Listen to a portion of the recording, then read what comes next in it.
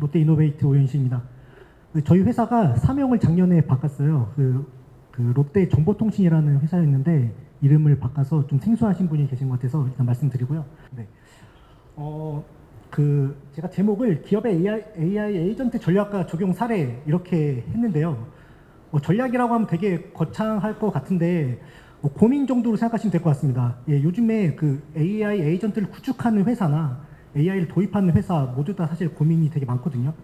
어떻게 고민하고 있는지 그 고민을 같이 공유하는 시간으로 생각하시면 될 것 같습니다. 저는 개발자 출신으로 이제 일반 개발부터 시작을 했고요. 그리고 그 이후에 IT 분야에 좀 기술사라는 공부를 좀 해서 기술사를 좀 취득을 하기 시작했습니다. 그래서 정보관리 기술사나 컴퓨터 시스템 응용 기술사, 이제 국제 기술사 같은 것들을 가지면서 IT 전반적으로 지식을 좀 쌓았고요. 이제 그러면서 인공지능 쪽에 공부를 하기 시작했습니다. 그래서 인공지능 석사를 했고 지금은 AI 정책 쪽 박사를 좀 진행하고 있습니다. 그래서 소개를 드리는 이유는 사실 AI에 대한 전략이나 어떻게 우리가 고민해야 될지 이런 것들을 고민하려면 사실 좀 뷰가 넓어야 된다고 생각하는데요. 제가 다행히 그런 분야에 좀 많은 경험을 갖게 되었고 또 제가 뜻하지 않게 이제 AI를 미리 공부하면서 타이밍이 잘 맞아서 저희 조직을 계속적으로 키워나간 경험을 또 갖게 되었습니다. 그래서 AI 테크랩이라는 조직은 롯데 그룹 안에서 작년 12월에 생겼고요.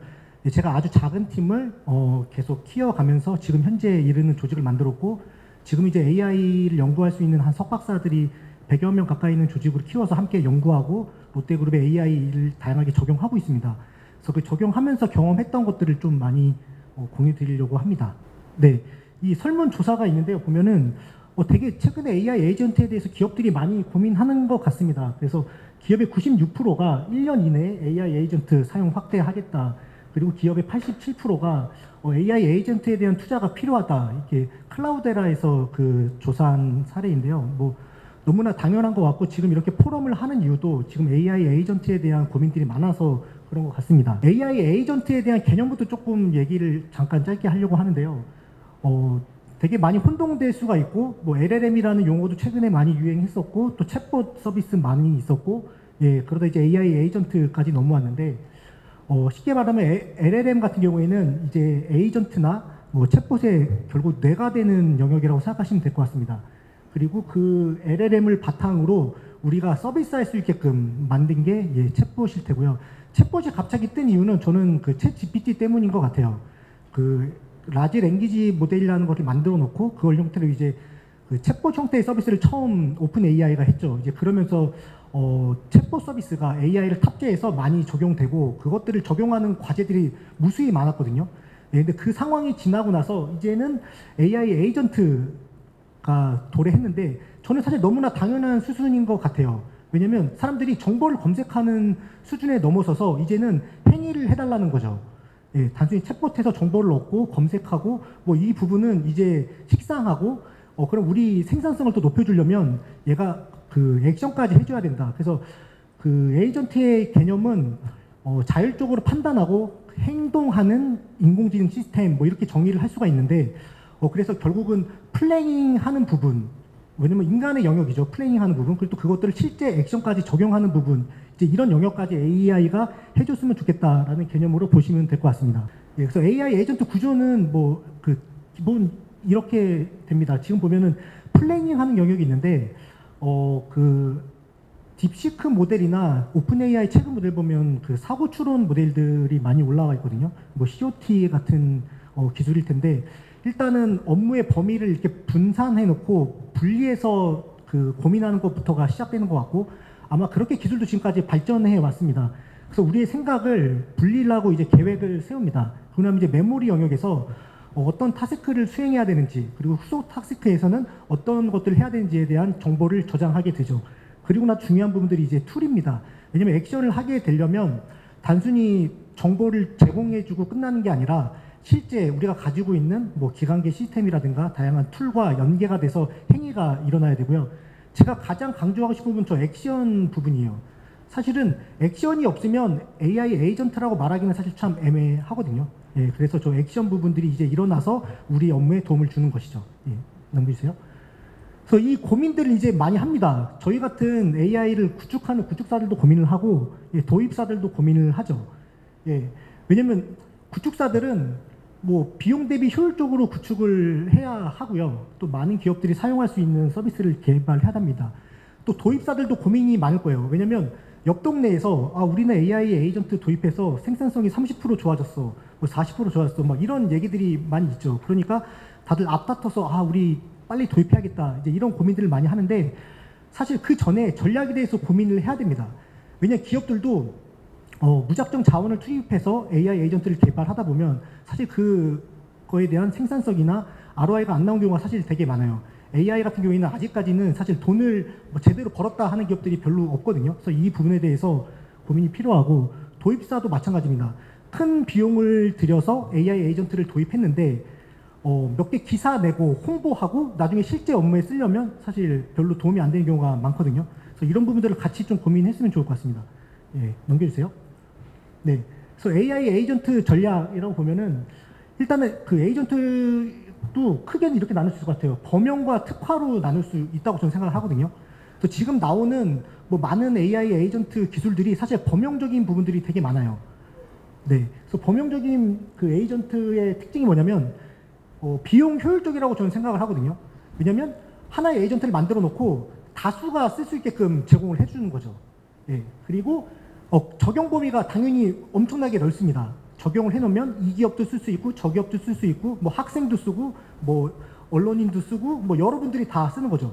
근데 다시 생각을 해보면, 그러면 이 서비스가 정말 그러면 비즈니스에 적용했을 때 그 기본적인 도움 외에, 보조적인 수단 외에 정말 업무의 생산성을 높여주는데 직접적인 영향을 줄 수 있나? 사실 그런 부분은 조금 아쉬운 부분이 있을 수가 있어요. 예, 그래서 이제 특화 영역이 있을 텐데, 특화 영역이라면 그 기업에 필요한 부분들을 많이 고민해서 그 기업이 가지고 있는 기관계 시스템이나 이 서비스와 연동해서 제공을 하는 거죠. 근데 그렇게 되면 적용하는 법인은 그 기업으로 한정될 수밖에 없습니다. 그래서 비용 대비 효율은 조금 떨어질 수 있고요. 그래서 최근에 기업들은 요 범용적인 부분도 당연히 고민해서 하는 비즈니스 모델을 가지고 있는 기업들도 되게 많이 있고, 또 저 특화를 위주로 하는 기업도 많이 있을 거라고 생각을 합니다. 그리고 최근에 저희 그룹 같은 경우에는 이제 저런 본원적인 경쟁력을 갖자, 이런 얘기를 많이 하거든요. 그 얘기가 뭐냐면 밸류체인 상에서 주 업무가 되는, 그러니까 그 업의 핵심이 되는 부분에 AI를 적용해서 생산성을 높이거나 비용을 절감하자, 이제 이런 부분들을 좀 많이 얘기를 합니다. 그래서 저희가 이런 상황에서 어떻게 전략을 가져가야 될지 고민을 많이 하고 있고요. 그런 것들을 고민하려면 어떻게 모두화를 할지, 그리고 공통 서비스화 하는 것들이 사실 되게 중요하다고 생각을 합니다. 왜냐하면 하나의 기업에 적용하는 에이전트를 만들기에는 사실 비용이나 투자비가 너무 많이 들어가는 현실이고요. 그리고 확장성도 고민을 해야 됩니다. AI 기술은 계속적으로 발전을 하고 새로운 기술들이 붙게 되죠. 그래서 이전에 개발한 거를 없애고 또 새로 구축하고, 이런 상황들이 되면 비용 대비 효과적으로 개발할 수가 없고요. 그리고 프로세스 최적화도 사실 되게 중요해요. 저희가 에이전트를 개발하다 보면 프로세스를 최적화하지 않으면 어떤 현상이 벌어지냐면 되게 과도한 토큰 비용이 발생하게 됩니다.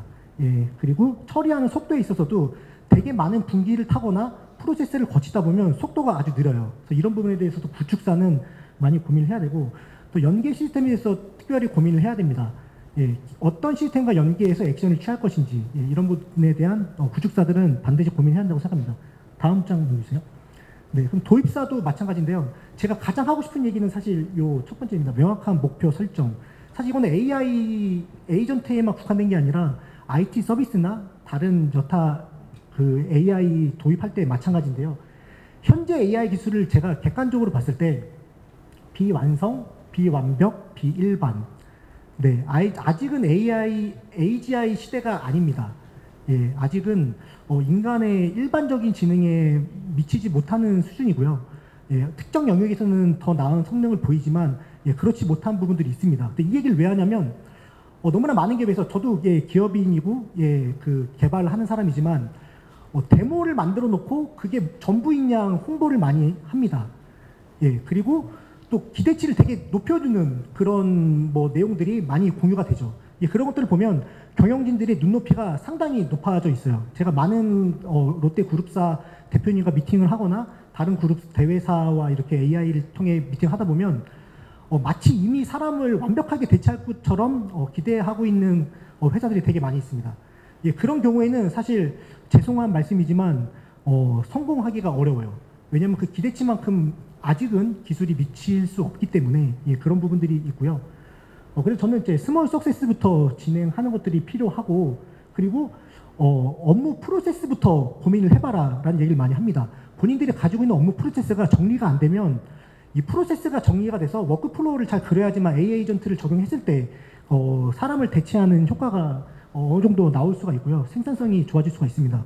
그리고 또한 기업들이 AI를 잘 만들어서 활용하려면 가지고 있는 데이터에 대한 고민들이 있어야 돼요. 예, 데이터에 대한 체계가 없고 데이터를 정리를 하지 않은 상태에서 좋은 AI를 사실 만들기가 어렵습니다. 왜냐하면 AI는 여전히 지도학습 기반의 데이터 기반 학습을 통해 성능이 제일 잘 나오거든요. 그래서 그런 부분에 대해서 고민하는 것도 필요하고, 그리고 지속적인 피드백이라고 제가 했는데, AI는 기타 이전에 있던 IT 시스템이랑 다른 점이 뭐냐면 학습을 통해서 계속적으로 똑똑해지는 서비스죠. 예전에 IT 서비스를 만들었을 때는 제공해주고 끝나죠. 그리고 그 서비스가 이제 안 좋아지고 노후화되면 차세대 프로젝트를 내서 다시 만들죠. 근데 AI는 사실 그렇지 않거든요. 그래서 지금 오픈했을 때 좀 성능이 안 좋더라도 꾸준히 저희가 피드백을 통해서 개선되고 성능이 업그레이드될 수가 있습니다. 근데 이 부분을 간과하는 도입사들이 되게 많이 있습니다. 그래서 이 부분들이 필요하고요. 마지막으로 가장 강조하고 싶은 얘기는 저 리터러시예요. 예. AI에 대한 그 직원들의 역량이 사실 되게 중요합니다. 그래서 리튼에서도 그 AI 좋은 플랫폼 서비스를 하잖아요. 전 이런 것들이 많이 활성화되고 많이 사용돼야 된다고 생각하고요. 교수님께서도 아까 그 오픈 AI 서비스를 많이 얘기하시잖아요. 챗GPT 뭐 구독 서비스나 얘기하셨는데, 어떤 서비스가 되든 그런 것들을 지금 완벽하게 성능이 좋아서 뭐 AGI만큼의 서비스가 아니더라도 많이 활용하는 기업들이 앞으로 2년, 3년, 4년, 5년 후에는 엄청난 격차를 벌인다고 저는 생각을 하거든요. 또 AI 기술은 지금 많은 투자금들이 다 그 국가적인 차원에서 AI로 그 들어가고 있잖아요. 분명 짧은 시간 안에 더 나은 모델들이 나오고 사람의 그 지능을 능가하는 모델들이 나옵니다. 그럼 그 모델들이 나왔을 때 어떤 기업이 성과를 낼 수 있을까요? 예, 지금부터 잘 쓰고 리터러시 관리를 잘한 기업들이 잘 활용할 수 있다고 저는 생각을 하거든요. 그래서 저 부분들이 도입사 측면에서는 많이 고민해야 되는 중요한 부분이라고 생각합니다. 예, 넘겨주세요. 롯데 AI 에이전트, 제가 롯데에서 나왔기 때문에 저희 그룹은 어떤 고민들을 하는지 좀 공유를 짧게 드리도록 하겠습니다. 저희 그룹의 특성이 있어요. 저희 그룹은 계열사가 너무 많습니다. 많고 뭐 유통, 서비스, 물류, 뭐 화학, 제조, 식품 등 다양한 업종을 가지고 있어요. 그래서 저희가 가지고 있는 뭐 리소스나 AI 조직이 뭐 꽤 규모가 있다 하더라도 모든 그룹사를 다 1대1로 특화 서비스를 만들긴 사실 어렵습니다. 그래서 효율적으로 저희는 하기 위해서 어떤 전략을 갖고 있냐면요. 통합 플랫폼을 많이 활용하려고 합니다. 통합 플랫폼을 이용해서 연계를 하려고 해요. 저희도 그 리튼 같은 AI 플랫폼 서비스가 있습니다. 이제 그룹에서 사용하고 있는 아이멤버라고 하는 플랫폼인데요. 그 플랫폼은 그룹웨어를 통해서 전 그룹사가 지금 다 쓰고 있어요. 예, 지금 저희 그룹사 직원이 그 모임 저희 그 그룹웨어를 쓰고 있는 직원이 한 6만 명 되는데 6만 명에 한 5만 명 정도 되는 직원들이 저 AI 플랫폼을 다 쓰고 있고요. 그래서 저희는 AI 에이전트 서비스를 좀 범용적으로 적용할 때는 그 플랫폼에 적용하려고 합니다. 그 플랫폼에 적용하면 그 플랫폼에 있는 서비스를 전 그룹사가 다 사용할 수 있게 되는 구조이고요. 그리고 그 외에 그 또 공통 서비스 플랫폼을 만들려고 사스화에서 만들려고 지금 노력을 하고 있습니다. 뭐 롯데 그룹의 각사들이 다 HR 서비스를 갖고 있잖아요. HR 시스템이 없는 기업은 없죠. 예, 그러면 그 HR 서비스를 사스화해서 플랫폼을 만들려고 해요. 그리고 그 플랫폼을 만들면 그 플랫폼에 AI 에이전트 서비스를 적용하는 거죠. 그러면 전 그룹사가 인사나 HRD 서비스 같은 것들을 할 때 좀 더 그 폭넓게 저희가 적용할 수 있는 그런 모습들이 있고요. 그리고 또 저희가 ERP 시스템 같은 것도 많이 지금 그룹이 통합이 되어 있거든요. 그런 통합된 서비스에 AI 에이전트를 적용해서 효과성을 높이는 작업을 하려고 계획을 가지고 있습니다. 전략을 가지고 있고요. 그리고 다음 부분은 또 그룹에서 많이 쓰고 있는 여러 사업부들이 쓰고 있는 플랫폼이나 툴들이 있습니다. 예, 그런 기업에 사용할 수 있는 툴들에 그 적용을 해서 전 그룹사가 다 적용할 수 있는, 제가 나중에 일정 관리하는 에이전트를 잠깐 그 뒤쪽에 보여드릴 텐데 그런 형태로 하고요.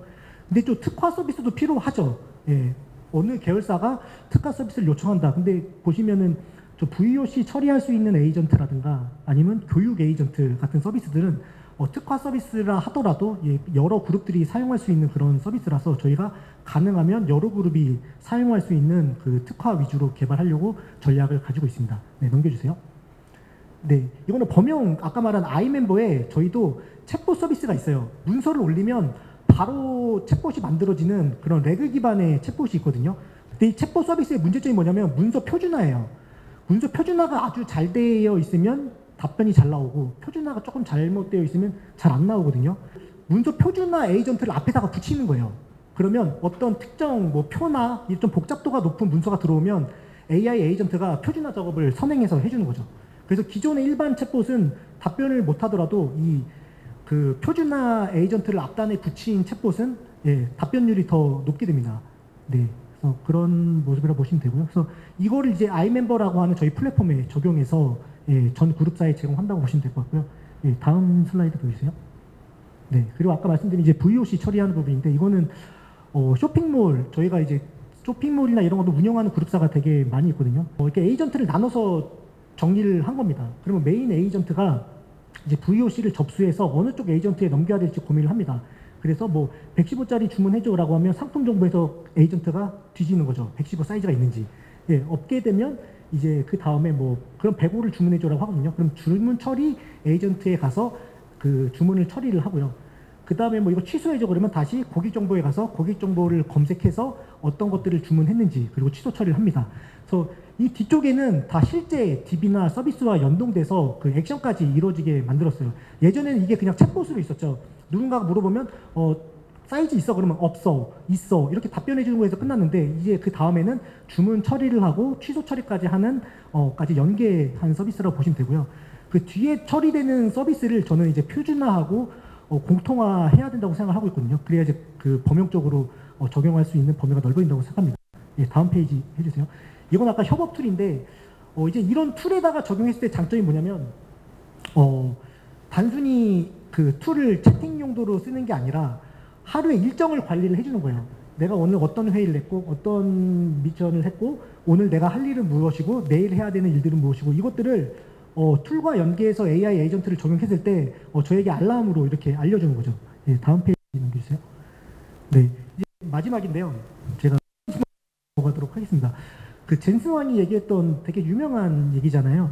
그 판별형 AI가 대세를 이뤘다가 생성형 AI가 나오고 에이전틱 AI가 나오고 그 다음에 이제 앞으로는 피지컬 AI로 갈 거다. 근데 이렇게 설명 안 하더라도 너무나 당연한 사실 수준이에요. 사람의 사고나 원하는 방식이 이런 수순으로 넘어가거든요. 창의적인 채팅을 하다가 이제 불편한 거죠. 그래서 액션까지 일어나면 좋겠어 라고 해서 AI 에이전트가 등장을 했죠. 근데 이제 그 다음은 사람들이 뭘 원할까요? 온라인상에서 액션이 일어나는 걸로 만족할까요? 그렇지 않거든요. 이제 물리 현장에서도 어떤 액션이 일어나서 사람을 대체하기를 원하는 거겠죠. 근데 이렇게 발전은 계속 기술하는 기업들이 할 것이고 좋은 LLM 모델이나 멀티 모델이 만들어질 거예요. 멀티모달 모델들이 만들어질 거예요. 근데 중요한 것들은 뭐냐면 활용이고 그리고 아까 말씀드린 것처럼 좀 리터러시가 되게 중요하다고 생각합니다. 이 발전하는 AI에 대한 이해도가 높아져야 되고 그러면 퍼셉션 AI를 잘 썼던 기업이 생성 AI를 잘 쓰는 거고요. 나중에 피지컬 AI도 잘 쓴다고 저는 생각을 합니다. 그래서 여기 오신 많은 분들이 고민하셔야 될 부분은 본인이 어떤 업종을 어떤 일을 하는지와 상관없이 이제 앞으로는 AI 시대일 수밖에 없습니다. 그래서 AI에 대한 리터러시나 AI에 대한 이해도를 많이 높이시고 활용하면 더 생산성 높은 미래를 저희가 맞이할 수 있지 않을까 생각합니다. 브릿지 경제를 지금 팔로우하세요. 안 하면 또 놓칠걸요?